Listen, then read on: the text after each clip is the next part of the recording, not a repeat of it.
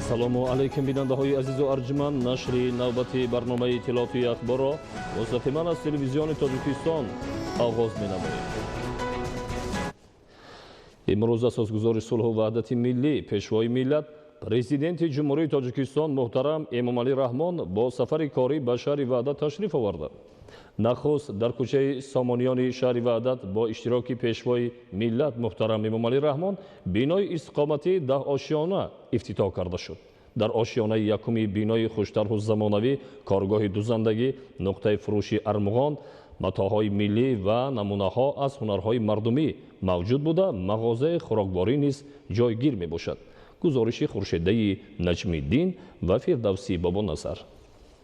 8 октябр асосгузори сулҳу ваҳдати миллӣ, пешвои миллат, президенти ҷумҳурии Тоҷикистон муҳтарам Эмомалӣ Раҳмон бо сафари корӣ ба шаҳри Ваҳдат ташриф оварданд.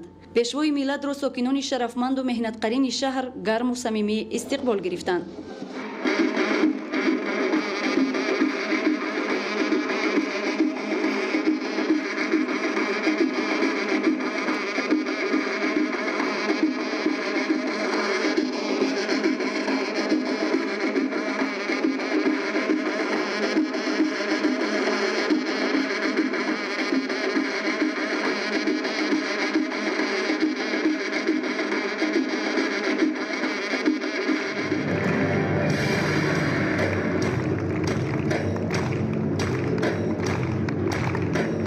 خونده شد از فیض تو اقبال وطن، پاینده شد از فضل تو آمال وطن. تقویم وطن پر از جوانی گشته است، هر رخ قدم است هر مه و سال وطن. نوبهاری بخت ملت بخبر شد از شما، شاه ملت سازی ما در شهر ما. خوش آمدی، خوش آمدی، خوش آمدی.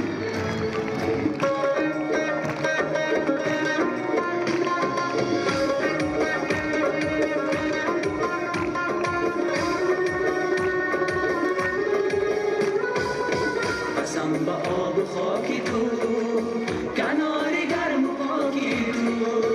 قسم به آب و خاکی تو، کنار گرم و پاکی تو. تو مادری تو گوهری، لیوای دست و محوری.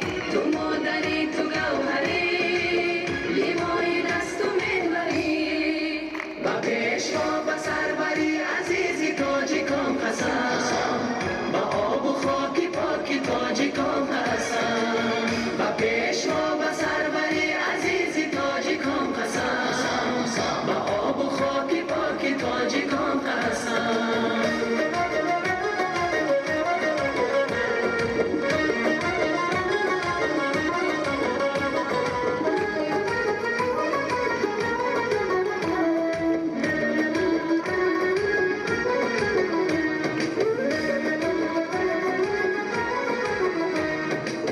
یگانگی و وحدت است به ما، سعادت و صداقت است به ما.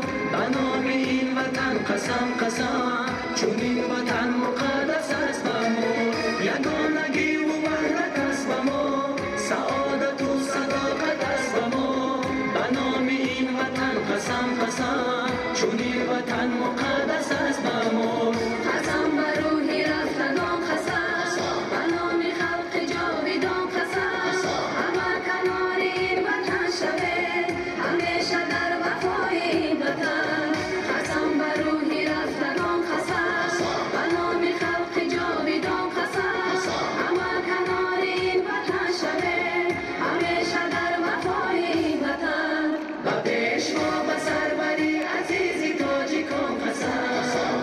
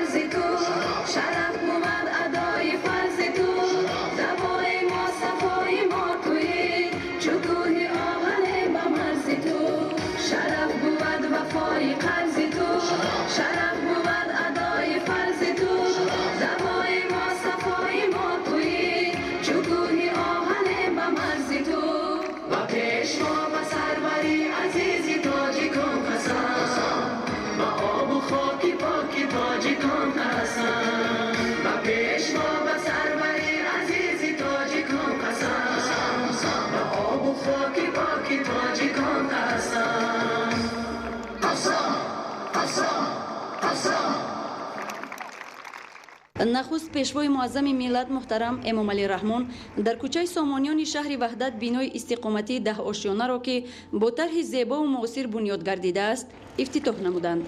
бинои муҳташами истиқоматӣ ки аз 54 ҳуҷраи барҳаво иборат аст аз ҷониби соҳибкори ватанӣ абдусамад нарзиқулов бунёд гардидааст. дар даврони истиқлоли давлатии ҷумҳурии тоҷикистон фазои мусоиди рушди соҳибкорӣ барои мо соҳибкорон фарҳам оварда шуд ва албатта мо барои ободониву созандагии ватан дар оянда низ саҳми худро хоҳем гузошт, чунки фаъолияти мо низ бо дастгирии ҳукумати ҷумҳурии тоҷикистон оромию осоиштагии сартосари мамлакат аст. барои ҳамин минбаъд низ дар рушду тараққиёти пешрафти ватани азизамон ҳамчун соҳибкор саҳми худро хоҳем гузошт.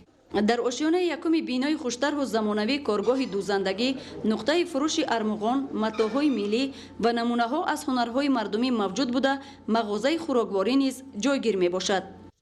дар коргоҳи дузандагӣ занону бонувони маҳаллӣ ба кор ҷалб гардиданд. техникаю таҷҳизоти коргоҳ истеҳсоли ширкатҳои кишварҳои пешрафтаи дунё буда барои духти бо сифати сару либоси гуногун пешбинӣ шудааст. ҳукумати ҷумҳурии тоҷикистон дар баробари дигар иқдомҳои шоистаашон барои мо бонувони ҳунарманд тамоми имкониятҳоро фароҳам оварданд. агар ин аз як тараф ба аҳли олам нишон диҳад ки тоҷикон аз азал миллати соҳибҳунар буданд, аз тарафи дигар ба аҳли ҳунар як фазои бекарони ҷавлонкушод имкониятҳои фароҳам оварда хуб истифода бурда ҳунари худро сайқал дода дар ин баробар шогирдони зиёдро ба камол мерасонам. имрӯзҳо мо ифтихор аз он мекунем ки дар чунин ватани ободу озод сулҳу осоиштагии сартосарӣ кору фаъолият менамоем. имрӯз албатта боиси сарфарозист ки ҷойҳои нави корӣ боз таъсис дода шуд. мо кору фаъолият мекунем ва албатта соҳиби ҷойи кори доимӣ ва маоши хуб гардидем. ин барои баланд бардоштани сатҳу сифати зиндагии мо боз нақши босазои худро мегузорад.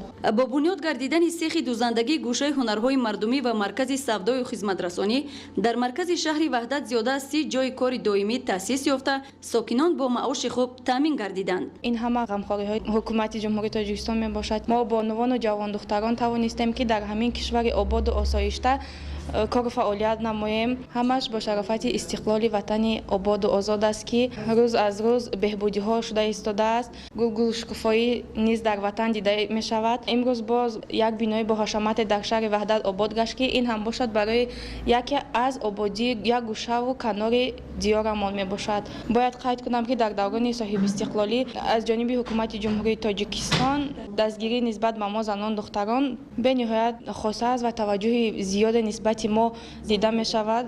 ба пешвои миллат иттилоъ доданд ки корҳои сохтмонӣ дар бинои мазкур моҳи декабри соли 2018 бо ҷалби зиёда аз 50 нафар мутахассиси маҳаллӣ бо истифода аз масолиҳи баландсифати сохтмонӣ истеҳсоли ватанӣ оғоз гардида дар муддати 2 сол ба анҷом расидааст. гирду атрофи иншоот дар масоҳати 750 метри мураббаъ сафолак пушт карда шудааст. дар шафати бинои истиқоматӣ майдончаи бозии кӯдакона сохта шудааст. сарвари давлат муҳтарам эмомалӣ раҳмон ба соҳибкори ватанӣ барои ташкили коргоҳҳо ва таъсиси ҷойҳои нави корӣ изҳори сипос карданд. асосгузори сулҳу ваҳдати миллии пешвои миллат президенти ҷумҳурии тоҷикистон муҳтарам эмомалӣ раҳмон дар деҳоти симиганҷи шаҳри ваҳдат литсеи касбӣ сайёҳӣ ва хидматро мавриди баҳрабардорӣ қарор дода бо имкониятҳои таълим дар он шинос шуданд. аснои боздид сарвари давлат муҳтарам эмомалӣ раҳмон таваҷҷӯҳи масъулинро ба масъалаи сифати таҳсил ва сатҳи донишу маҳорати тахассусии донишҷӯён ҷалб намуда барои андешидани чораҳои зарурӣ дар ин самт ба омӯзгорон дастуру маслиҳатҳои муфид доданд. гузориши хабарнигорони мо.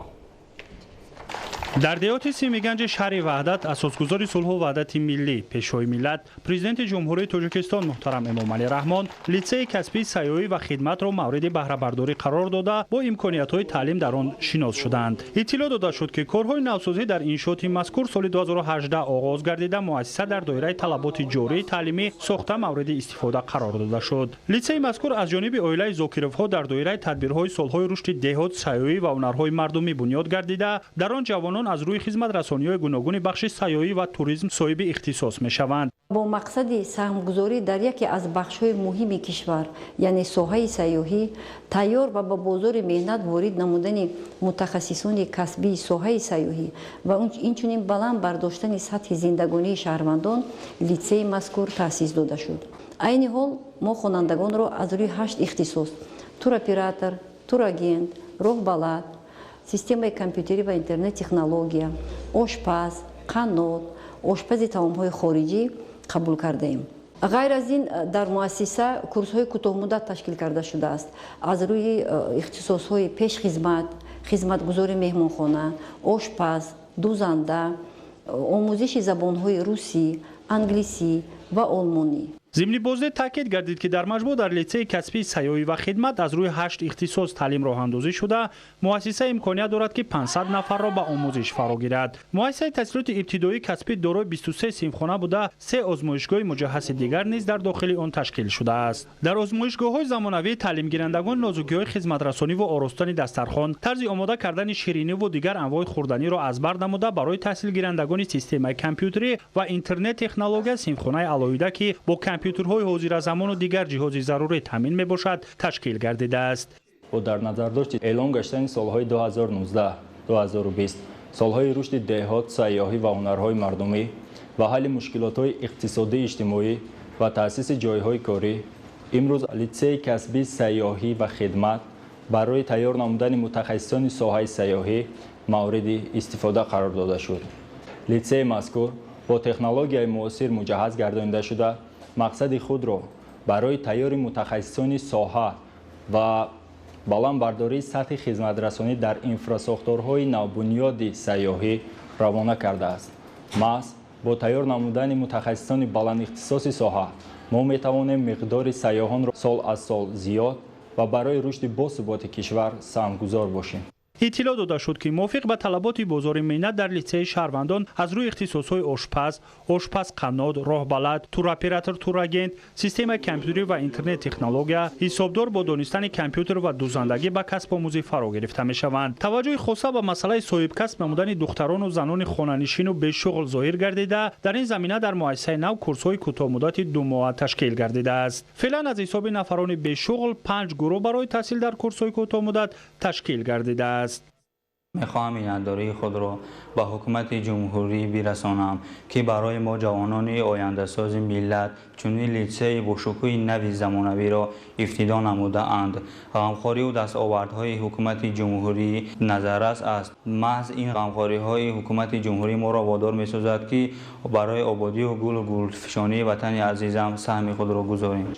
اثنای بازدید سروری دولت محترم امامعلی رحمان توجه مسئولین را به مسئله صفت تحصیل و سطح دانش و مهارت تخصصی دانشجویان جلب نموده برای اندیشیدن چاره‌های ضروری در این سمت به آموزگاران دستور و مصلحت‌های مفید دادند. برای آموزانیدن نازکی‌های کسبی به تعلیم گیرندگان 25 نفر آموزگاری با تجربه به کار جلب گردیده است. انشاءات نو دارای کتابخانه و مجلسگاه بوده، فاند کتابخانه آن از 2300 نسخه ادبیات گوناگون عبارت میباشد. مهلت تحصیل در لیسه کسبی سیاحی و خدمت در زمینه معلومات میانه اساسی 2 سال و در زمینه معلومات میانه پوره 1 سال را تشکیل داده، رفت تعلیم و تربیت در آن مطابق با استانداردهای معاصر تحصیلات راه اندازی گردیده است. در مرحله دوم کارهای ساختمانی در لیسه مذکور خوابگاه با 350 کت خواب، میدانچه ورزشی برای بازی‌های فوتبال، والیبال، تنیس روی میزی، آشخانه و باغ در نظر داشته شده است که تا سال تحصیلی 2022-2023 مورد بهره برداری قرار خواهند گرفت. لیسه کسبی سیاحی و خدمت در شهر وحدت در دایره نقشه چهاربینی بخشیده به 30 سالگی استقلالیت دولت جمهوری تاجیکستان بنیاد گردیده. این اقدام امکانیت می‌دهد که من بعد متخصصان کسبی برای رساندن خدمت با صفت به سیاحان داخلی و خارجی در طربخانه و مهمانخانه‌ها و موضع‌های سیاحی و معرفی امکانیت‌های جهانگردی تاجیکستان آماده کرده شوند. پرزیدنت مملکت هنگام بازدید و صحبت با کسب آموزان مصلحت دادند که امکانیت‌های فراهم آورده شده را ثمرناک استفاده برده نازکی‌های کسبی انتخاب کردهشان را همه‌جانبه از خود نمایند تا در آینده توانند همچون متخصص کردان فعالیت خود را راه‌اندازی کرده در کار و پیکار خویش موفق گردند.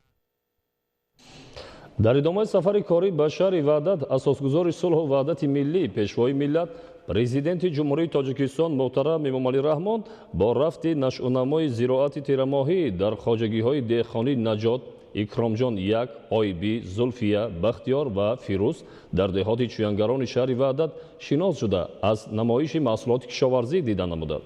кишоварзони ин хоҷагиҳо парвариш ва кишти зироатро ҳамасола дар асоси маслиҳату машварати мутахассисон бо интихоби тухмиҳои серҳосил ба роҳ монда дастовардҳои меҳнатиро сол аз сол беҳтар мекунанд. гузориши хабарнигорони мо. 8 октябр асосгузори сулҳу ваҳдати миллӣ пешвои миллат президенти ҷумҳурии тоҷикистон муҳтарам Эмомалӣ Раҳмон бо рафти нашунамои зироати тирамоҳӣ дар хоҷагиҳои деҳқонии Наҷот, Икромҷон 1, ойби, зулфия, бахтиёр ва фирӯз дар деҳоти чуянгарони шаҳри ваҳдат шинос шуда аз намоиши маҳсулоти кишоварзӣ дидан намуданд. майдони умумии заминҳои кишти ин хоҷагиҳо 6 гектарро дар бар гирифта ҳамасола аҳли заҳмат бо дарки баланди маданияти истифодабарии замин аз 1 то 4 ҳосил ба даст меоранд. заҳматкашони хоҷагиҳои мазкур соли равон дар кишти асосӣ дар майдони 4 гектар гандум, 0,60 гектар картошка, 0,55 гектар помидор ва 0,65 гектар беда барои хӯроки чорво киш намуда буданд ки аз ҳар як гектар ба ҳисоби миёна 77 центнери ҳосил гирифтанд. хоҷагидорон дар кишти такрорӣ низ дар заминаи талошҳо дар роҳи расидан ба амнияти озуқаворӣ кишту парвариши зироати гуногунро ба роҳ монданд ки нашъунамои хуб доранд. аҳли заҳмати хоҷагиҳо дар кишти такрорӣ дар майдони зиёда аз 2 гектар ҷуворӣ маккаи дон, 2,35 гектар мош, 0,45 гектар бодиринг, сабзӣ, карам ва қулфинай кориданд. кишоварзони ин хоҷагиҳо парвариш ва кишти зироатро ҳамасола дар асоси маслиҳату машварати мутахассисон бо интихоби тухмиҳои серҳосил ба роҳ монда дастовардҳои меҳнатиро сол аз сол беҳтар мекунанд. кишти тирамоҳӣ низ дар хоҷагиҳои номурда бо истифода аз қоидаҳои агротехникӣ ва интихоби тухмиҳои серҳосил ба роҳ монда шудааст. кишоварзон аллакай дар майдони 0,40 гектар пиёзи барвақтӣ ва 0,10 гектар сирпиёз корида ин маъракаро бо ҷамъоварии пурраи ҳосили зироати такрорӣ вусъат мебахшанд. дар 1 гектар замин кишти такрорӣ гузарондам. кишти баҳорӣ аввал гандум коридем, баъд мош коридем, сабзӣ коридем, капуст коридем, лаблабу, сабзӣ, пиёз, ҷугори макка, лубиё, қулфинай, ҳамаи инҳоро шинонда ҳосили хуб ба даст овардем. ба бозори дохилӣ бурда ба фурӯш бароварда пули нағз ба даст овардем. дар кишти тирамоҳӣ мо мушунг кишт кардем, пиёз, чеснок кишт кардем. боз ҳам гандум бо тирамоҳӣ мекорем. кишт мекунем, ҳосили хуб ба даст меорем. мушунг кишт мекунем, дар даруни ҷӯяҳояш гандум кишт мекунем. аз он ду ҳосил ба даст меорем. аз мушуку гандум ҳосили нағз мегирем, нағз ба даст мебиёрем. агар ҳамихе ҳама кунад, агар нағз мешавад. дар як замин агар ҳам мушум кори 2 ҳосил мегирӣ. аммо метавонем ки 4 ҳосила то охири сол дар даст биёрем. мисол ҳам мушум мекунем, ҳам дар ҷӯёш гандум мекунем. ҳай гандума мо ба даст мечинем, аморо ҳосили мушумшам ба вай баъди вай бо мегирем, бо 2 ҳосили дигар метавонем ки бо дар ҷои вай мисол мо ҳам вай корем, ҳам бодринг корем, ҳам дар дарош лаблабу корем. кишти тирамоҳӣ мо мушунг ози кишт кардем, баъди он сабзӣ кишт кардем, карам кишт кардем, лаблабуи сурх кишт кардем, пиёз. аз он ҳосили хуб ба даст меорем. меҳнати хуб кардан дар кор. замира самаранок истифода бурда аз он ҳосили хуб ба даст биёрам. агар ки меҳнат кунӣ ҳаст, мо мисол маҳсулотҳои худро ба бозори хоҷагӣ бурда ба бозори марказӣ мефурӯшем, аз вай мисол таъмини озуқавории хонаводамонро таъмин менамоем. бо мо метавонем аз ин зиёд бо истифодаи самараноки замина бисёртар кунем. бисёртар ба кӯшиши ғайрате ки вай бо мехоҳем ки ини мо бо бисёртар шавад, ҳосили мо бо аз ин зиёдтар шавад. мо аллакай на 15 сентябр мушумро кишт кардем. баъд аз он дар ини бируни кӯшҳо гандум мекорем, чунки ҳам мушумро ба даст биёрем, ҳам гандумро. соли дуюм аст ки мо мушумга кишт мекунем. ҳосилнокияш нағз, ҳосилнокияш агар ҳаме қадар меҳнат кунӣ, ҳаме қадар вай соли хуб ба даст мебиёрӣ. баъди мушунг мо ки инро гирифтем, бо дар ҷои ин мо метавонем помидор, бодринг кишт намоем, лубиё, ҷугори макка метавонем ки кишт намоем. ҳосиле ки аз мушунг ба даст мебиёрем, немешад дар истифодаи хона барои фарзандон, барои хӯрокаи хона, نیمه‌شو به بازار داخلی برده میفروشیم. این حاصل نغز میتیاد، پولی نغز درآمد میبینی از موشون. ضمن بازدید سرور دولت محترم امامعلی رحمان از رفت نشونمای زراعت در خواجگی های مذکور اطلاع داده شد که در دهات چوینگران میدان عمومی زمین های کارم 548 گکتر را در بر میگیرد که از این 170 گکترش للمی و 478 گکتر دیگر را زمین های کارم آبی تشکیل میدهد. سال روان کشاورزان این دهات از میدان عمومی 220 گکتر گندم، بیش از 41 سنتنری و از 280 گکتر سبزوات 340 سنتنری حاصل رویانیدند. کشاورزان نقشه دارند که در کشت تیرماهی در میدان 180 گکتر گندم، 20 گکتر جو، 70 گکتر پیاز بیخی و 10 گکتر پیاز بهاری کش نمایند. پیشوای ملت محترم امامعلی رحمان هنگام شناسایی با رفت نشونمای زراعت در خواجگی های دهقانی نجات، اکرام جان یک، اویبی، زلفیه، بختیار و فیروز تجربه کشاورزان دهات چوینگران را در سمت کشت و پرورش و استحصال محصولات غذایی نمونه ارزیابی نموده برای باز هم افزون نمودن حجم استحصال محصولات و استفاده پرثمر و مقصدناک هر یک وجب زمین کارم به خواجگیداران دستور و مصلحت‌های سودمند دادند.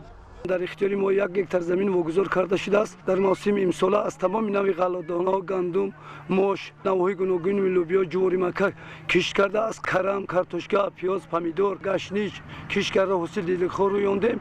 ما کوشش میکنیم که زمین را ثمرناک استفاده برده در تامین امنیتی اوضاع کشور سهم خود را گذاریم. استفاده پرثمر زمین ما را وادار میکند که حاصل دیدخوار رویانیم، زندگی خود را ثمرناک پیش بریم و در تامین بازار اوضاع کشور سهم خود را گذاریم.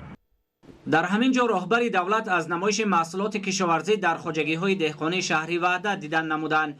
کشاورزان شهر با مقصد تامین ساکنان مملکت با محصولات خوشصفت و از جهت اکولوژی تازه که یکی از هدفهای اساسی دولت و حکومت جمهوری تاجیکستان دانسته می شود، تلاش نموده سال از سال با کشت و پرورش زراعت گوناگون در این سمت سهم نظر رسم می‌گذارند. در نمایشگاه کشاورزان شهری وحدت نمونه ها از محصولات استحصالی را که مثلا در کشت اساسی، تکراری و تیرماهی پرورش می‌کنند به تماشا گذاشتند. با اینوبت وضعیت موجوده که رشد ساحه کشاورزی عامل اساسی تامین امنیت عضوقواری دانسته می شود، خواجگیداران شهر وحدت میدان کشت و پرورش زراعت گوناگون را سال از سال زیاد میکنند. در همه شکل‌های خواجگیداری شهر سال روان 29816 تن غله، 15773 تن کارتوشکا، 63027 تن سبزوات، 3372 تن پولیزی و 7768 تن گوشت استحصال شده است. میدان باغ و تاکزار در همه شکل‌های خواجگیداری شهر امروز 5003 گکتر را در بر میگیرد و اهل زحمت با مقصد سهم گذاشتن در تطبیق برنامه رشد ساحه باغ و تاک پروری در جمهوری تاجیکستان برای سالهای 2016-2020 تدبیرها می اندیشند. در نمایشگاه همزمان دسترنج زنبوری عسل پروران شهر به معرض گذاشته شده اقتدار استحصالی در این سمت نیز معرفی گردید. طور تاکید گردید گل و گیاهای شفابخش و میدان وسیع جنگلزار شهر وحدت برای تامین رشد ساحه مساعدت فعال میکند. شماره اویله های زنبور عسل فعلا در شهر به 15522 عدد رسیده. زنبور عسل پروران سال روان 1234 تن عسل خوشصفت به دست آوردند که نسبت به سال گذشته زیاد می باشد. با در نظر داشت زیاد بودن طلبگاران عسل طبیعی شهر وحدت، سرور دولت محترم امامعلی رحمان جهت تشکیل کارخانه های بندوبست آن با شکل و اصول های خاص ملی در منطقه و استفاده مقصدناک از امکانات و اقتدارهای موجوده در این سمت به مسئولان دستور و هدایت ها دادند. در نمایشگاه همچنین دستاورد جنگل پروران شهر از جمله خشک میوه و میوه های تر و تازه و دیگر رستنی های در جنگلزار این منطقه پرورش یافته معرفی گردید. اطلاع داده شد که در جنگلزار حدود شهر وحدت زیاده از 40 نوع گیاهای شفابخش می روید و جنگل پروران برای جمع‌آوری بی‌تلف آن از امکانات موجوده پرثمر کار می گیرند. مؤسسه دولتی خواجگی جنگل رومید شهر وحدت در مساحت 54300 گکتر تشکیل یافته است که از این 15300 گکترش فوند آزاد جنگل می باشد. قریب 39000 گکتر آنها به خواجگی کشاورزی همچون چراگاه وابسته کرده شده است. سمت‌های اساسی خواجگی جنگل هستند این حفظ جنگلزارها، استحصال محصولات جنگل و بنیاد برقراری می باشد. اینچنین در نزد خواجگی یاریستان است که اوید زنبور پروری و چارورداری است. خواجگی جنگل رومید در سال جاری در مساحت قریب 30 گکتار بنیاد برقراری گذراند که موسم تیرماهی با در نقشه دارد که مساحت بنیاد جنگلزارها را زیاد نماید.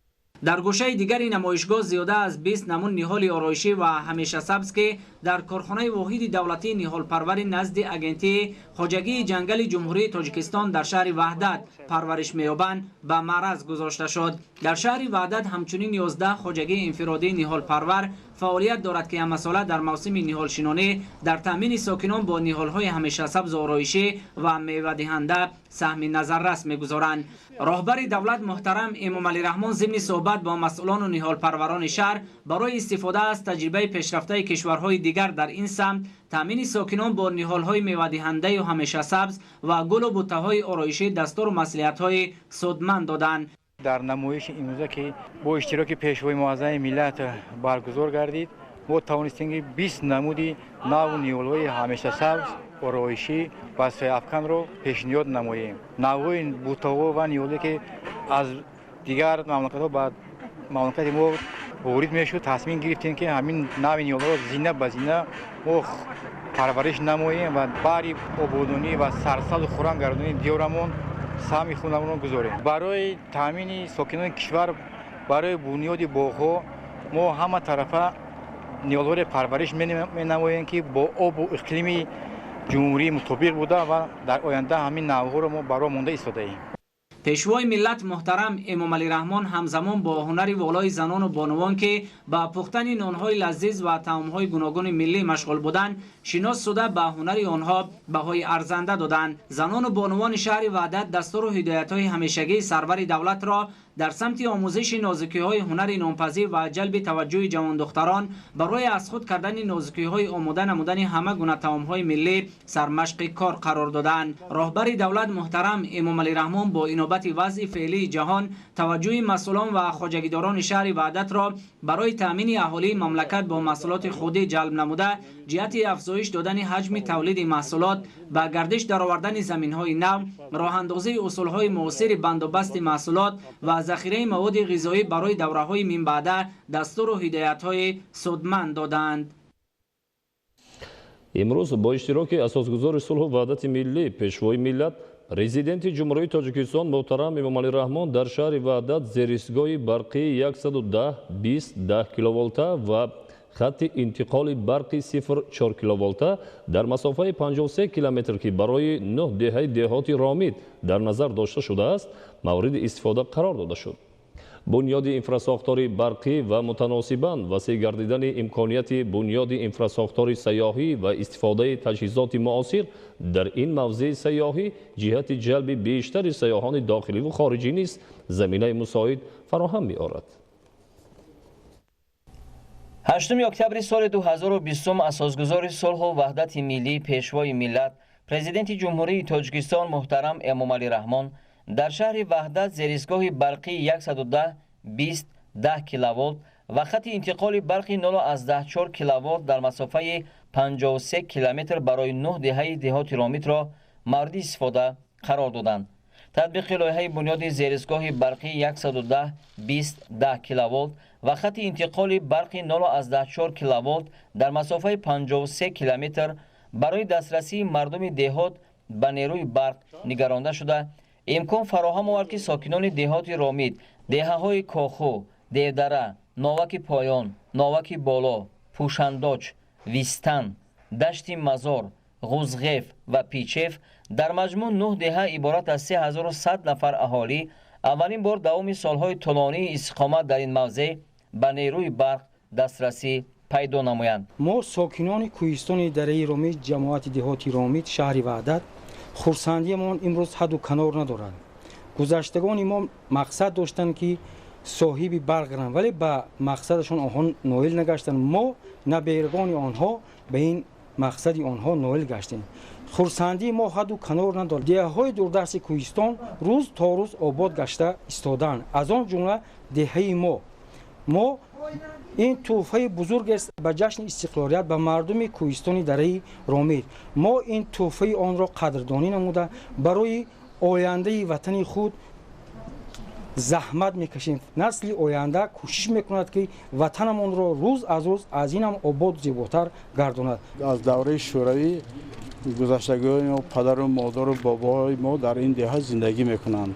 ما برق نداشتیم.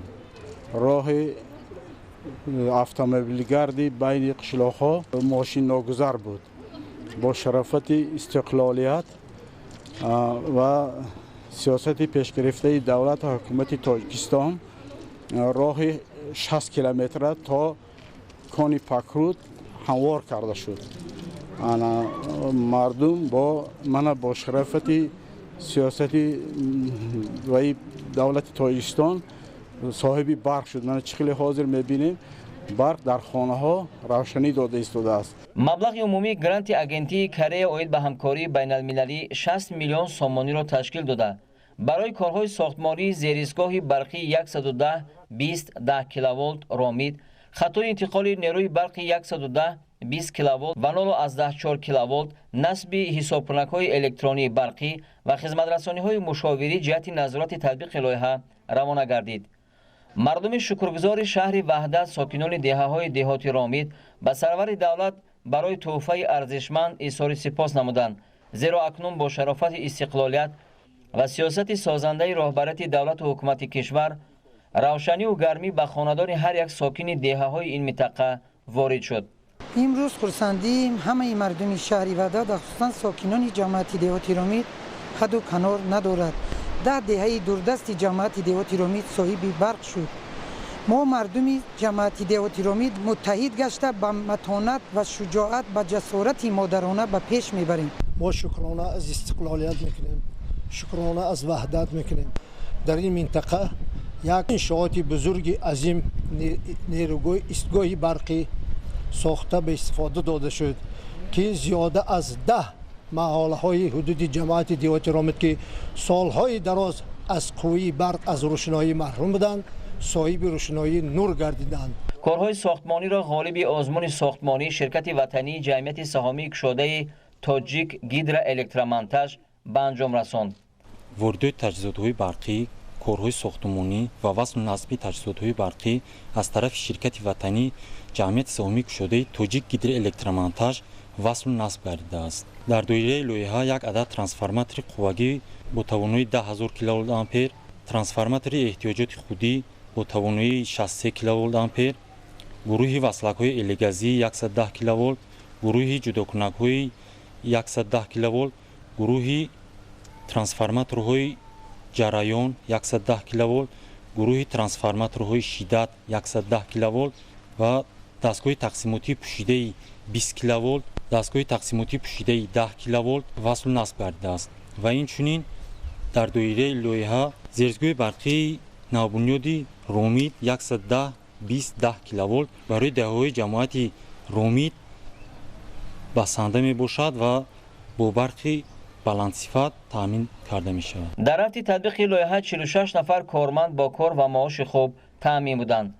در برابر این در دایره لایحه مذکور ترانسفورماتورها و دیگر تجهیزات‌های برقی به بنیاد انفراستراکچور ذکر گردیده علاقمند از کارگاه‌های با نفوذ استحصالی شرکت‌های چینت الکتریک، جیناکسو روگاو هیگ والتج الکتریک آپاراتوس جمهوری مردمی چین، الیمار گنراتور و مترانک جمهوری ترکیه و یوژنا اورالسک آرماتورنا ایزولاتورنی زاود فدراسیون روسیه وارد کرده شد. همزمان وابسته به دستگیری مال استحصال کنندگان وطنی خریداری تکیهگاه‌های خطهای انتقال برقی 20 کیلوولت و 0.4 کیلوولت با مبلغ 12.4 میلیون سومانی از جمعیت دارای مسئولیت محدود پاینده و زیاده از 49 تانه ناقل‌های نوع گوناگون از جمعیت دارای مسئولیت محدود ناقل تالکو با مبلغ 1.4 میلیون سومانی خریداری و در لایحه استفاده کرده شده است. بنیاد انفراستراکچور برقی و متناسباً وسیع گردیدن امکانات بنیاد انفراستراکچور سیاحی و استفاده تجهیزات معاصر در این موضع سیاحی جهت جلب بیشتر سیاحان داخلی و خارجی نیز زمینه مساعد فراهم می‌آورد. مورد ذکر است که تطبیق لایحه ساختمان شبکه‌های برقی در دهات رامید برای تامین اجرای سروقتی نقشه چهاربینی‌ها اوید به اجرای دستور و سفارش‌های پرزیدنت جمهوری تاجیکستان محترم امامعلی رحمان که در جریان سفر کاری به شهر وحدت 4 ایون سال 2016 بیان داشتند پیشبینی گردیده. بابت عملیشوی آن وزارت انرژتیک و ذخیره‌های آب جمهوری با آگنتی کره اید به همکاری‌های بین‌المللی کوئیکا دوام سال‌های 2016-2017 همکاری را براه ماند. لایحه در برابر با نیروی برق دسترسی پیدا نمودن اهالی 9 دهه در برابر این شرایط فراهم می‌آورد که در منطقه اینفراستراکتور با در نظرش بنیاد گردن اینفراستراکتور برقی، ساحه توریسم، ساحه سیاحی نیز رشد و رونق یافته. همچنین اهالی این دهه‌ها می‌توانند که با در برابر با دسترسی نیروی برق تامین گردن، این چنین با تجهیزات معیشی و دیگر لوازماتی که امروز جامعه جهانی استفاده می‌برند که دسترسی پیدا نماید.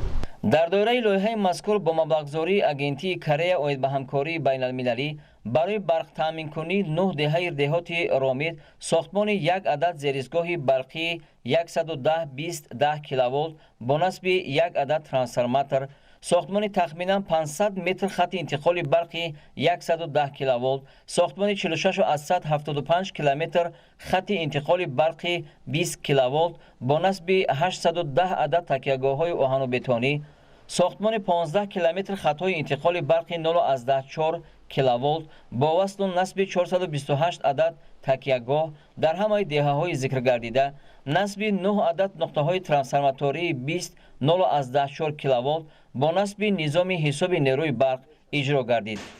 با سپارش حکومت جمهوری نظارت سریع تطبیق لایحه از جانب وزارت انرژتیک و ذخیره‌های آب و آگنتی کره اید به همکاری بین‌المللی، اینچنین شرکت مشاوری کره‌ای کپکو تامین گردید. بعد افتتاح و شناسایی با شبکه‌های برقی در دهات رامید، پرزیدنت جمهوری تاجیکستان محترم امامعلی رحمان به صفت کارهای ساختمانی بهای بلند داده، مورد استفاده قرار دادن آن را قدمی مهم در راه رسیدن به استقلالیت کامل انرژتیکی ارزیابی نمودند. در موضع اولوچه‌داری دهات رامید اساسگزار صلح و وحدت ملی پیشوای ملت پرزیدنت جمهوری تاجیکستان محترم امامعلی رحمان حوضهای ماهی پروری و یک مهمانخانه را در این موضع دلفریب افتتاح کردند. در موضع اولوچه‌داری دهات رامید اساسگزار صلح و وحدت ملی پیشوای ملت پرزیدنت جمهوری تاجیکستان محترم امامعلی رحمان حوضهای ماهی پروری و یک مهمانخانه را در این موضع دلفریب افتتاح کردند. اطلاع داده شد که حوضهای ماهی پروری از طرف جمعیت دارای مسئولیت محدود بهاری ناحیه جلال‌الدین بلخی در مساحت 13 گکتار تشکیل گردیده است. من صاحبکار وطنی از ناحیه جلال‌الدین بلخی سیف و سیمه‌الدین مؤسس جمعیت دارای مسئولیت محدود بهار اعلام گردیدن سال 2018 سال سیاحی و سالهای 2019 2021 اعلام گردیدن رشد دهات سیاحی و هنرهای مردمی ما با فرزندان و همکارانمون اقدام گرفتیم که یک گوشه زیبا منظره نوآباد وطنمون رو آباد گردانیم. پیشرفت اقتصادیات آینده تاجیکستان و صاحبکاران محلی وابستگی دارد. ما بنابراین صاحبکاران جهد و تلاش داریم که برای پیشرفت مملکت و وطن عزیزمون سهمگذار باشیم. یعنی که برای رشد دادن ساحه ماهی پروری این تامین امنیت عضوخواری مملکت حسابیده می شود. اقدام گرفتیم که این موقعی که ما قرار داریم آباد و زیبا گردانیم. در اینجا برای ساختن حوضهای ماهی پروری و مهمانخانه زمانوی برای رشد سیاحی بنیاد کنیم. این زمان با برداشتن پرده از بالای لوحه افتتاحی ما با فعالیت آغاز کردیم. این زمان در حوضهای ما نزدیک 80,000 سر گلماهی نوعی وطنی پرورش می‌یابد.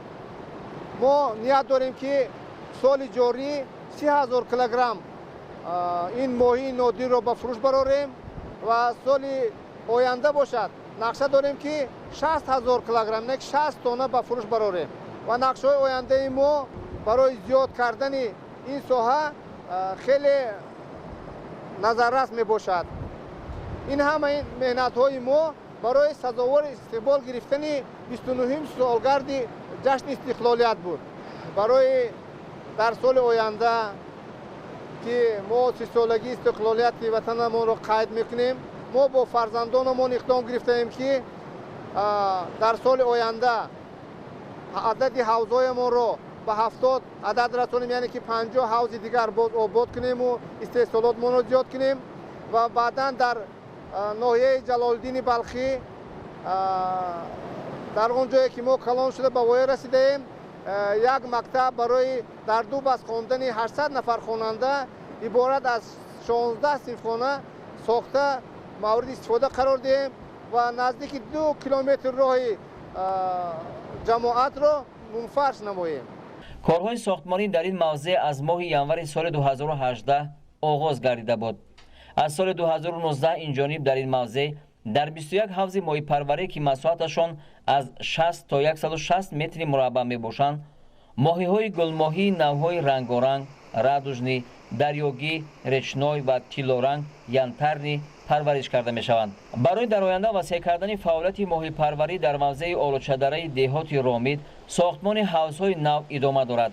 соҳибкор ният дорад бо дастгирии роҳбарияти давлату ҳукумати мамлакат дар доираи барномаи давлатии рушди соҳаи моҳипарварӣ бозорҳои пойтахтро бо ин нави маҳсулот таъмин карда оянда барои содирот ҳам моҳӣ истеҳсол намояд. зимни шиносоӣ ба сарвари давлат муҳтарам Эмомалӣ Раҳмон иттилоъ дода шуд ки соли 2020 дар ҳавзҳои мазкур 30 тонна моҳӣ парвариш ва ба фурӯш бароварда шуда, соли 2021 бошад дар нақша аст ки беш аз 60 тонна моҳӣ парвариш ва ба фурӯш бароварда шавад.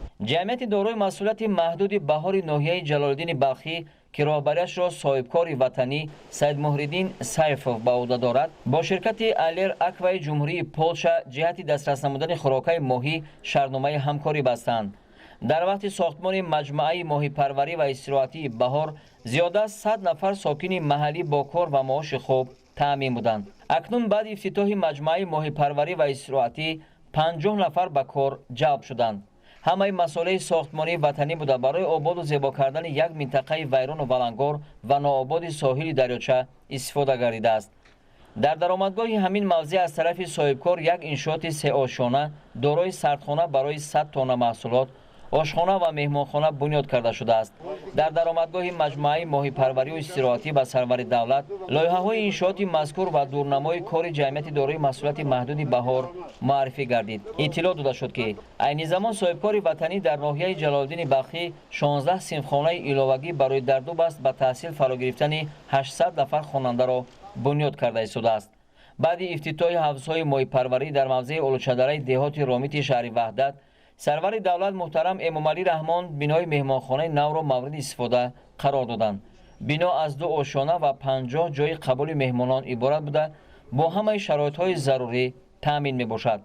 меҳмонхона аз ҳисоби даромади софи ширкат дар ин мавзеи дилфиреб бунёд шуда дар он барои ҷалби сайёҳони дохилию хориҷӣ тамоми имконият фароҳам оварда шудааст. президенти мамлакат муҳтарам Эмомалӣ Раҳмон ба иқдоми роҳбарону коргарони ҷамъияти дорои масъулияти маҳдуди баҳор барои обод кардани як гӯшаи диёр ва мусоидат ба рушди соҳаи моҳипарварӣ, сайёҳӣ, инчунин таъсиси ҷойҳои корӣ изҳори сипос карданд. соҳибкори ватанӣ Саид Муҳриддин Сайфов ӯҳдадор шуд ки оянда бо бунёди ҳавзҳои дигари моҳипарварӣ ва ташкили инфраструктури сайёҳӣ ҷойҳои нави корӣ таъсис медиҳад. ҳамин халқ ҳамин минтақа наздики 100 баъзе вақт аз 100 нафар зиёд дар ҳаминҷа бо корҳои сохтмонӣ машғул шуданд. яъне ки сангҳои маҳаллӣ, масъолаи сохтмони маҳаллӣ қатъи мо ҳамин иншоотро обод кардем. бинед ки як манзарае ки ина ба як одами хориҷӣ дидан умуман баъзе ҷоҳо мерем инҷоро хеле минтақаҳоро хеле манзараҳо орзу мекунанд. ҳамаи ман ин фавораҳое ки мебинем фавораҳои табиӣ мебошад. дар инҷо насосҳо кор намекунанд. худаш аз чашмаи боло бо тариқи худҷорӣ яъне ки саматёк ҳамин хел фишори баланд ташкил карда фандано кор карда ҳисобиад. дар мавзеи олучадараи деҳоти ромити шаҳри ваҳдат асосгузори сулҳу ваҳдати миллӣ пешвои миллат президенти ҷумҳурии Тоҷикистон муҳтарам Эмомалӣ Раҳмон ҳавзҳои моҳипарвариро ки аз тарафи ҷамъияти дорои масъулияти маҳдуди Меҳвари Душанбе бунёд гардидааст ифтитоҳ карданд. мавзеъҳои моҳипарварӣ аз ҷониби оилаи Ғаниевҳо бунёд шудааст. дар ҳавзҳои мазкур парвариши моҳиҳои навъи гулмоҳии шоҳона ва остриё аз тухми кирмина оғоз мегардад. айни замон дар ҳавзҳои мазкур 5 тонна моҳӣ парвариш карда мешавад. 8 октябр асосгузори сулҳу ваҳдати миллӣ пешвои миллат президенти ҷумҳурии тоҷикистон муҳтарам Эмомалӣ Раҳмон дар мавзеи олучадараи деҳоти ромити шаҳри ваҳдат ҳавзҳои моҳипарвариро ки аз тарафи ҷамъияти дорои масъулияти маҳдуди Меҳвари Душанбе бунёд гардидааст ифтитоҳ карданд. иншооти мазкур дар соҳили дарёи Кофарниҳон дар мавзеи Ноободу Санглох бунёд гардидааст. иттилоъ дода шуд ки қабл аз ташкили ҳавзҳои моҳипарварӣ ба дарозии зиёда аз 1 километр корҳои соилмустаҳкамкунӣ ба ҷо оварда шуда, ҳамчунин барои бо об таъмин намудани ҳавзҳо ба ҳамин масофа бо воситаи қубурҳои оҳанӣ об оварда шудааст. масоҳати умумии гирду атроф ва ҳавзҳои моҳипарварӣ 7 гектарро ташкил намуда, дар масоҳати 3 гектар дарахту бута ва гулҳои ороишӣ шинонда шудааст. ҳавзҳои моҳипарварӣ 30 ададро ташкил менамоянд ки масоҳати онҳо гуногун буда аз 100 то 300 метри мураббаъро ташкил намуда, дар онҳо имкони аз 30 то 70 тонна моҳӣ парвариш кардан мавҷуд аст.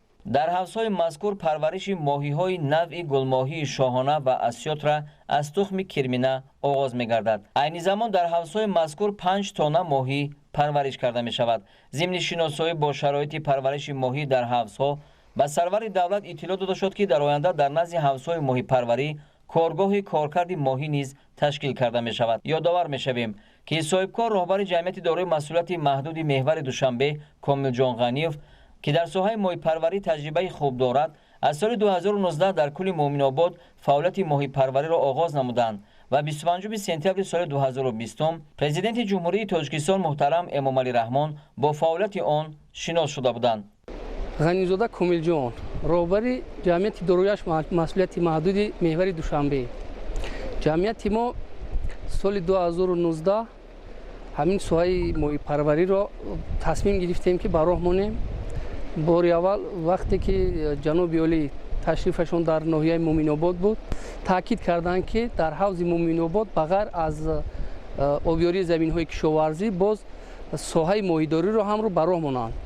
роҳбарияти ҷамъият ба хулосае омадем ки ба ғайр аз моҳиҳои ҷануби мамлакат мешавад, гулмоҳиро ҳам ба роҳ монем. ин мавзеъе ки шумо ҳоло мебинед, ин мавзеъ як санлох буд, як ҷои нободе буд ки ҷамъият тасмим гирифтем аз моҳи март, яъне аз моҳи март сар карда то имрӯза ҳозир айни ҳол мебинед чӣ қадар мавзеъ зебо нозанин гаштааст. ҳам фаъолияти моҳӣ гулмоҳиро ба роҳ мондем. гулмоҳӣ ин моҳӣ ҳаст ки аз нигоҳи иқлим дар дараи Ромит бисёр шароит барои гулмоҳӣ мувофиқ аст ва моҳӣ дар лаззат бошад, дар ғизонокӣ нисбат ба дигар моҳиҳое ки дар ҷануби мамлакат мешавад, ин фоидаовар аст. нақшҳои ояндаи мо ҳамин аст ки бояд мо дар оянда як корхонаи коркарди моҳӣ, озмоишгоҳҳо барои парвариши моҳӣ ва инкубатсияҳо барое ки аз тухм худамон моҳичаҳоро истеҳсол карда парвариш кунем ва пешкаши сокинони мамлакат гардонем. баъди шиносоӣ бо фаъолияти моҳипарварӣ дар мавзеи олучадараи деҳоти Ромид, президенти мамлакат Раҳмон ба роҳбарият ва коргарони ҷамъияти дорои масъулияти маҳдуди Меҳвари Душанбе барои талошҳо баҳри рушди соҳаи моҳипарварӣ ва таъсиси ҷойҳои нави корӣ баҳои баланд доданд. пас аз ифтитоҳи як қатор иншооти таъиноти гуногун ва шиносоӣ бо вазъи корҳои саҳроӣ дар шаҳри ваҳдат, асосгузори сулҳу ваҳдати миллӣ пешвои миллат президенти ҷумҳурии Тоҷикистон муҳтарам Эмомалӣ Раҳмон бо роҳбарону фаъолон ва сокинони шаҳри ваҳдат мулоқот намуданд. дар остонаи таҷлили ҷашни 30-солагии соҳибистиқлолии мамлакат бо саё талоши мардуми ватандӯсти шаҳри ваҳдат як қатор иншооту биноҳои истеҳсоливу хизматрасонӣ ва дигар амалҳои хайру савоб анҷом дода шудааст. 8 октябр асосгузори сулҳу ваҳдати миллӣ пешвои миллат президенти ҷумҳурии Тоҷикистон муҳтарам Эмомалӣ Раҳмон пас аз ифтитоҳи як қатор иншооти таъиноти гуногун ва шиносоӣ бо вазъи корҳои саҳроӣ бо роҳбарону фаъолон ва сокинони шаҳри ваҳдат мулоқот карданд. ҳадафи сафари кории сарвари давлат муҳтарам Эмомалӣ Раҳмон ба шаҳри ваҳдат шиносоӣ бо рафти корҳои созандагиву ободонӣ, иҷрои барномаи давлатии рушди соҳаи моҳипарварӣ و عملی سازی هدف استراتژی تامین امنیت اوزقواری می باشد. پرزیدنت مملکت با اظهار قناعتمندی از رشد و پیشرفت کشور، آباد و زیبا گردانیدن وطن عزیزمان و تامین زندگی شایسته هر یک خاندان خلق که با تلاش‌های مردم شرفمند جمهوری به دست آمده است، تاکید داشتند که حکومت مملکت در نوبت خود برای حل مسائل‌های رشد اقتصادی و اجتماعی همه شهر و ناحیه‌ها تمام ذخیره و امکانات‌ها را سفربر کرده است. از جمله برای تامین رشد اجتماعی و اقتصادی شهر وحدت در دوره صاحب استقلالی از بودجه دولت بیش از 1.5 میلیارد سومانی روانه شده است که بیش از 1 میلیارد آن به 7 سال آخر راست می‌آید. در این دوره از جانب حکومت مملکت در شهر وحدت به مبلغ 3.4 میلیارد سومانی سرمایه خارجی، از جمله 2.4 میلیارد سومانی سرمایه مستقیم، جهت تطبیق 26 لایحه دولتی سرمایه‌گذاری به مبلغ زیاده از 1 میلیارد سومانی تطبیق گردیده، باز 7 لایحه دیگر عملی شده ایستاده است.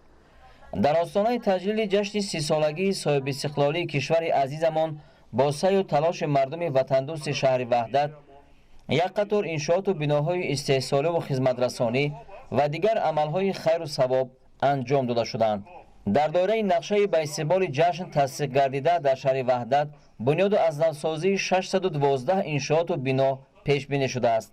تا امروز کارها در 394 انشاءات به انجام رسیده. در 177 انشاءات دیگر ادامه دارد. پیشوای ملت محترم امام علی رحمان به تلاش‌ها و تشبس‌های سازنده صاحبکاران با ننگ و ناموس شهر وحدت جهت دسترسی سیاست بنیادکارانه حکومت مملکت اظهار سپاس کردند. مردم زحمتکش شهر یکجا با صاحبکاران با ننگ و ناموس و شخصان سخاوت پیشه جهت بنیاد انشاءات بنقشه گرفته شده و آباد و زیبا گردانیدن دیار خود روز به روز سعی و تلاش بیشتر کرده ایستادند. طبق معلومات آماری حالا در شهر وحدت 68 کارخانه صنعتی فعالیت داشته. استحصال محصولات صنعتی در آنها نسبت به 8 ماه سال گذشته 25% افزایش یافته است. در برابر این استحصال محصولات نانی 86%، آرد 78%، نوشاکی‌های غیر اسپریتی 82 و روغن رستنی 51% کاهش یافته است. وابسته به استفاده ناکفایه ذخیره‌های فراوان اشیاء خام محلی، راهبران و متخصصان وظیفه‌دار گردیدند که توسط وارد نمودن تکنولوژی‌های معاصر و بنیاد کارخانه‌های نو به استحصال هرچه بیشتری محصولات صنعتی از جمله محصولات صنعت سبک و خوراکواری، اینچنین تأسیس جایهای نوی کاری توجه اولین درجه ظاهر نمایند. با دستگیری و همکاری‌های حکومت مملکت در دوره صاحب استقلالی در شهر وحدت با در نظر داشت افزایش اهالی 107 مؤسسه تعلیمی و بینای علاوگی برای زیاده از 18,000 نفر خواننده به مبلغ 94 میلیون سومانی ساخته به استفاده داده شده است. سال جاری 6 بینای مؤسسه تعلیمی و بیناهای علاوگی با 1100 جای نشست به مبلغ بیش از 7 میلیون سومانی ساخته به استفاده داده می شود. رهبران وزارت معارف و این وظیفه‌دار شدند که یکجا با مقامات اجرایی حاکمیت دولتی شهر و با جلب صاحبکاران شخصان سخاوت پیشه، اینچنین اهالی برای حل مشکلات و مسائل ساحه معارف چاره‌جویی نمایند. در مؤسسه‌های ساحه تندرستی شهر 125 طبیب و 90 کارمند میانه طبی از جمله از روی اختصاص‌های طبیبی عائلوی، متخصصان صحت‌شناس، بیماری‌های کودکانه و بعضی اختصاص‌های دیگر نمی‌رسند. بنابراین سرور دولت مسئولان ساحه تندرستی را وظیفه‌دار کردند که در این سمت تدبیرهای تأخیرناپذیر اندیشند. در آخر پرزیدنت مملکت محترم امام علی رحمان با اطمینان ابراز داشتند که مردم همت بلند و زحمت پیشه شهر وحدت در آینده نیز با سعی و تلاش وطندوستانه دیار خود را باز هم آباد و زیبا گردانده در پیشرفت دولت صاحب اختیار و آزاد تاجیکان، حفظ و تحکیم صلح و آرامی، ثبات سیاسی و وحدت ملی در وطن محبوبمان سهم ارزشمند گذارند. بعد سخنرانی پرزیدنت مملکت محترم امام علی رحمان، ساکنان شهر وحدت، اسام‌الدین صیادی آموزگار، فرزانه حریمزاده دانشجو، ملاحت خالق و آموزگار، فریده حاجی و خوانندگان مکتب میانه تحصیلات عمومی رقم 1 شهر وحدت با شکرگزاری از دوران صاحب استقلالی برآمد نمودند. خیلی اشید ما با شما واخوری نکردیم. طبیعت زیبا، جای استراحت، فراغت، سیر و گشت، ما در خدمت شما. مرحمت. ای خیرتمندی زمان خوش آمدی، وارثی سامانیان خوش آمدی. هر قدمگاهت شده باغ و چمن، پیشوای تاجیکان خوش آمدی. سلامت باشید. امروز از برکت قدوم مبارک شما ساکنان دههای حدود جماعت دهات رامید صاحب برق گردیدند که حتی در دوران کشور ابرقدرت اتحاد شوروی مشرف نگردیده بودند. شما به اقدام نجیب خود به کاشانه های مردم نوری رحمانی، به قلب ها شادی و سرور و به سینه ها صفا آوردید. امروز عجب جشن و عجب سور شده، چشم و دلی بدگمان ما کور شده. از فیض قدوم پیشوای محبوب کاشانه هموطن پر از نور شده. سلامت باشید. دلم را میکنم موای میلاد، گذارم سر به پیشی پای میلاد. شود رامیت من آبادتر باز، شود رامیت من آبادتر باز. از این تشریف از پیشوای میلاد باری دیگر خوش آمدید. خانه و در اختانه و یک به ترتیب درارین غیرت کنید. وقتی ما بگیم که خانه و در کاشانه خود بهتر کن، این مدنیت هر یک ملت است، این فرهنگ هر یک ملت نشان میده. هر یک عائله تاجیک اگر خانه و در خودش کاشانه خودش سازد، بنیاد کند، آباد کند، زیبا کند، تاجیکستان آباد میشه، زیبا میشه. هر فردی که میاد احسن میگوید. با تازگی آزادگی بسیار بسیار مهم، اهمیت اولین درجه از عائله سر کرده. سلامت باشید. سلام و درودی پر از مهر و محبت به شما پیشوای معظمی ملت. خوش آمدید به وحدت دیاری خوش آب و هوای نازنین. سلامت باشید. من فرزانه حلیم زاده ختم کرده گیمنازیای خوانندگان لیاقتمند شهر وحدت می باشم. این لحظه از این منبر در حضور مبارک شما جناب عالی با افتخار می گویم من یکی از خوشبخت‌ترین فردی سیاره هستم. وطنی آسوده و آباد، خاطری شاد و بالاتر از همه سروری خداداد دارم.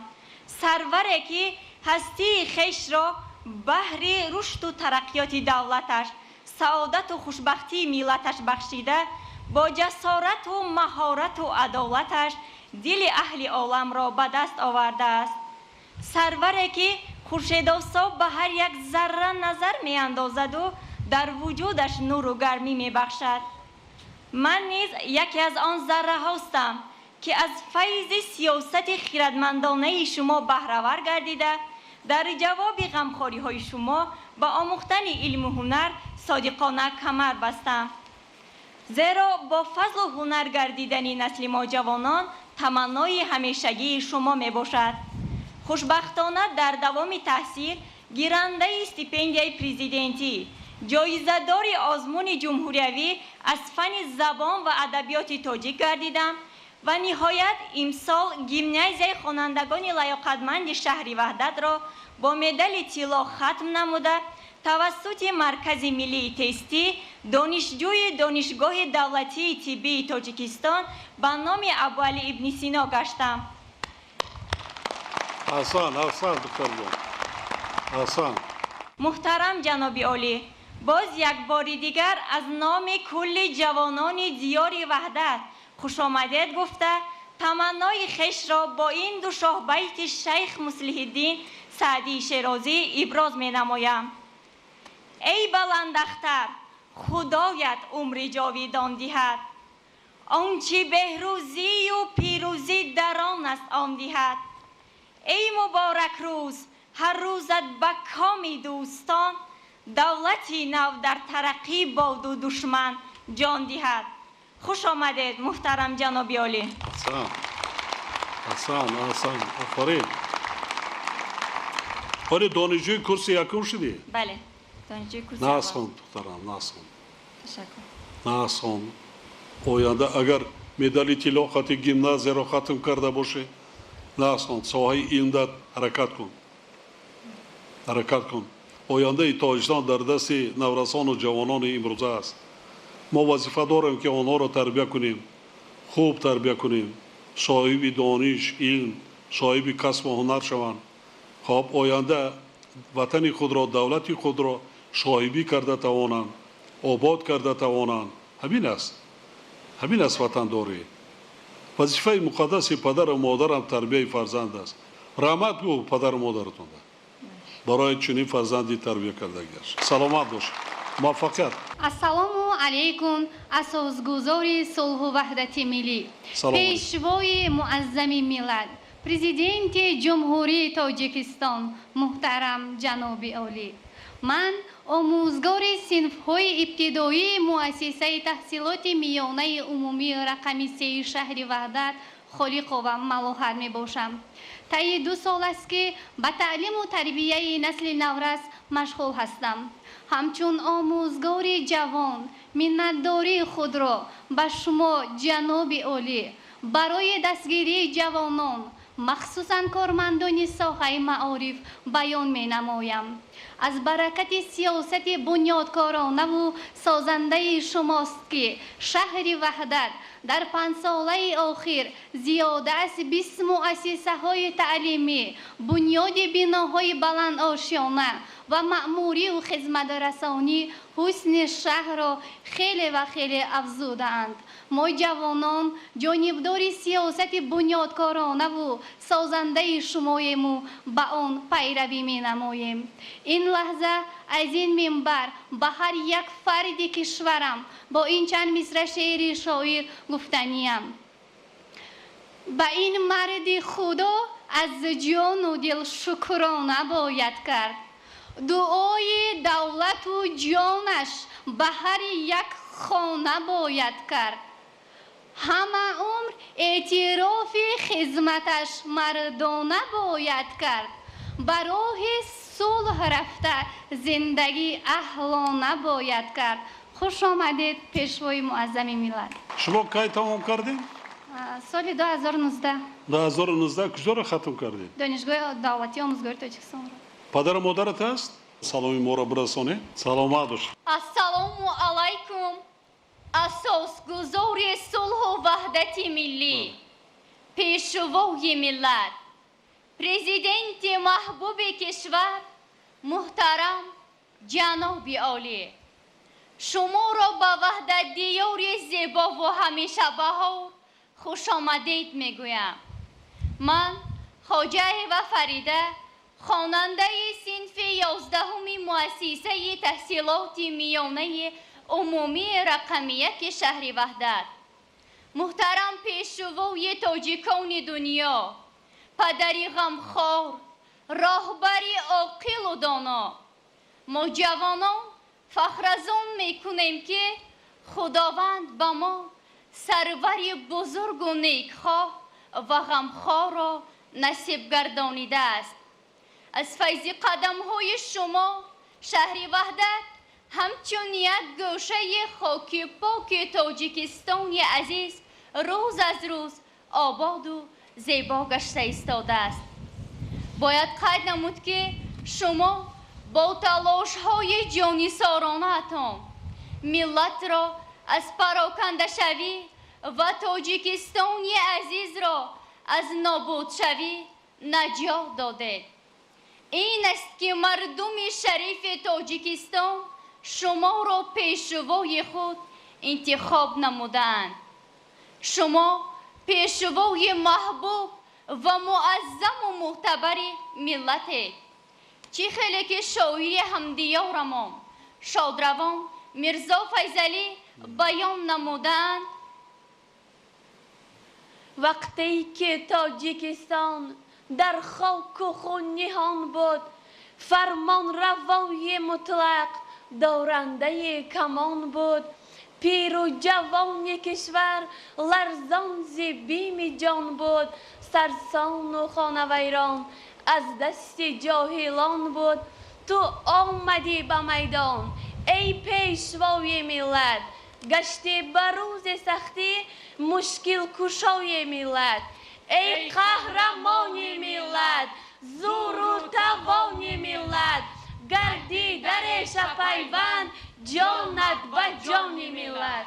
سلامت باشید. سلامت باشید. سلامت باشید. در دوره که مردم افتاده بود به خواری، وقتی که طفلکانش بودند به نهاری، میخورد اهل زحمت کنجاره و جواری، میرفت سوی هر در با ناله و بزاری، با سوز در کردی راز و نیاز ملت، از مرگشان رهاندی ای چاره ساز ملت، ای جان نثار ملت، ای بختیار ملت، جلبی زیاد کردی در کارزار ملت. سلامت باشید. سلامت باشید. از یادها نرفته روزی سیاه تاجیک، آن دوره مخوف و حال تباه تاجیک، در سینه هاست پرسوز هر دم آه تاجیک، صد شکر گشت روشن امروز راه تاجیک. ای موملی رحمان از توست بخت ملت، 100 سال زنده باشی بالای تخت ملت، ای پیشوای ملت هستی بقای ملت، ای قهرمان ملت جانی به جان ملت. سلامت باشید. سلامت باشید. سلامت باشید. یک جان تشکر. سلامت باشید. پیشوای ملت پرشان ما، تاجور امام علی رحمان ما، صلح و وحدت را نموده برقرار، پیک شادی میرسد از هر کنار، در همه جا در برت هستیم ما، جان به جانت سخت پیوستیم ما، ما دیگر خلق پریشان نیستیم، ما دیگر سرسان و حیران نیستیم، مردمی با ننگ و با آریم ما، آریان را نام برداریم ما، در همه جا در برت هستیم ما، جان به جانت سخت پیوستیم ما.